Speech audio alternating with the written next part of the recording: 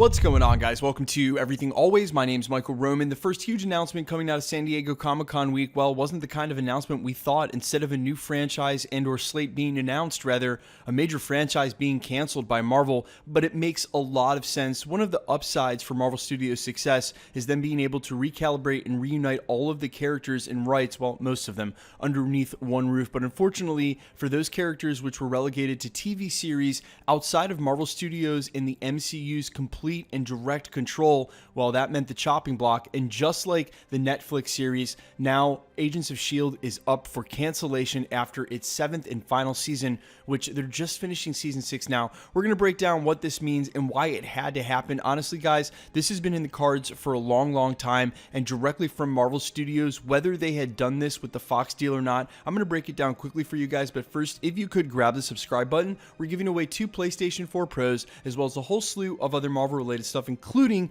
DVDs and Blu-rays of Avengers Endgame once they go on sale here in a couple of weeks. All you have to do, hit the subscribe button, then hit the notification bell, leave a like and a comment on this video, and if you want, stick around to the end of the video. I'll get into all the giveaway stuff again there. So one thing that'll really make the big picture clearer as far as these MCU adjacent TV shows, that's everything on Netflix and of course ABC's Agents of S.H.I.E.L.D. that not only featured the early Phase 1 and Avengers character of Agent Coulson, but also a Nick Fury Samuel L. Jackson cameo as well, is that these television series are actually relics of a time before Kevin Feige had complete control. Before Disney stepped in and bought Marvel Studios and promoted him to head honcho, he was actually behind Ike Perlmutter at the time over at Marvel Studios. And Ike, well, he was only concerned about dollar signs. That's ultimately what led Disney to put Kevin Feige in charge, because they realized what was good for the MCU was the person who cared most about its existence, its intrinsic quality for us, the viewers in the audience, not how much money it's going to make and how much money it's going to cost, which was something famously Ike Perlmutter only cared about when it came to the budgets on the first couple of Avengers films, when it came to paying actors the amount of money that they wanted to, or how many actors and superheroes they wanted to include.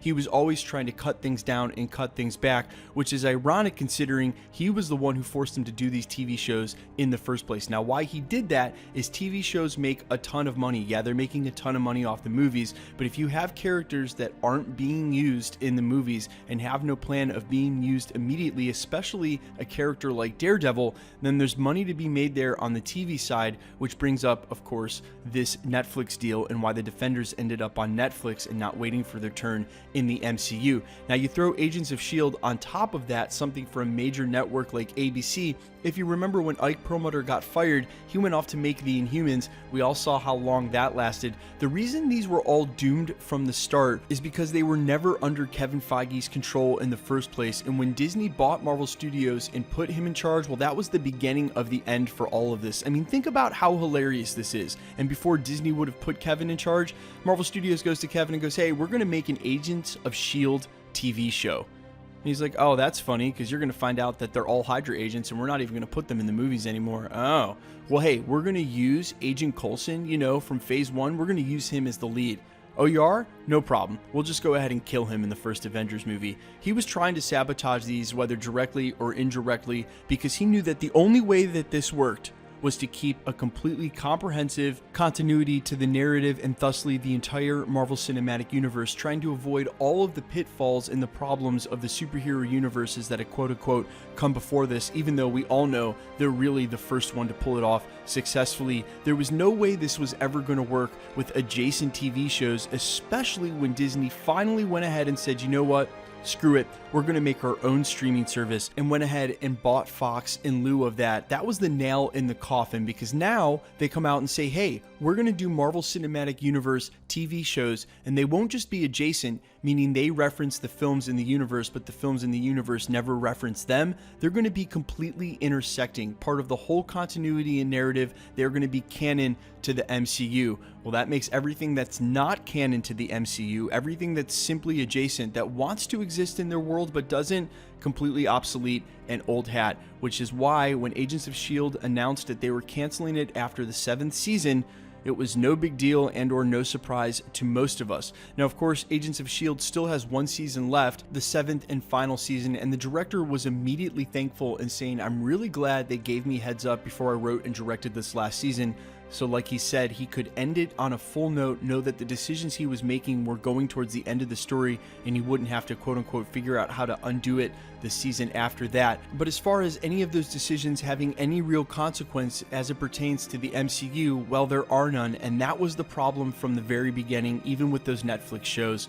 They don't have any consequences in the Marvel Cinematic Universe, the thing that we all care so much about. Look, I loved Daredevil Season 1 and 2. I thought Charlie Cox's portrayal of not only Daredevil, but of Matt Murdock was spot on. That's what I remember reading in the comics, and I loved it. I thought the action was unique. I thought it wasn't overdone. I thought they made some really tasteful decisions, and I thought his character in the show would have been able to cross over with the movies rather seamlessly.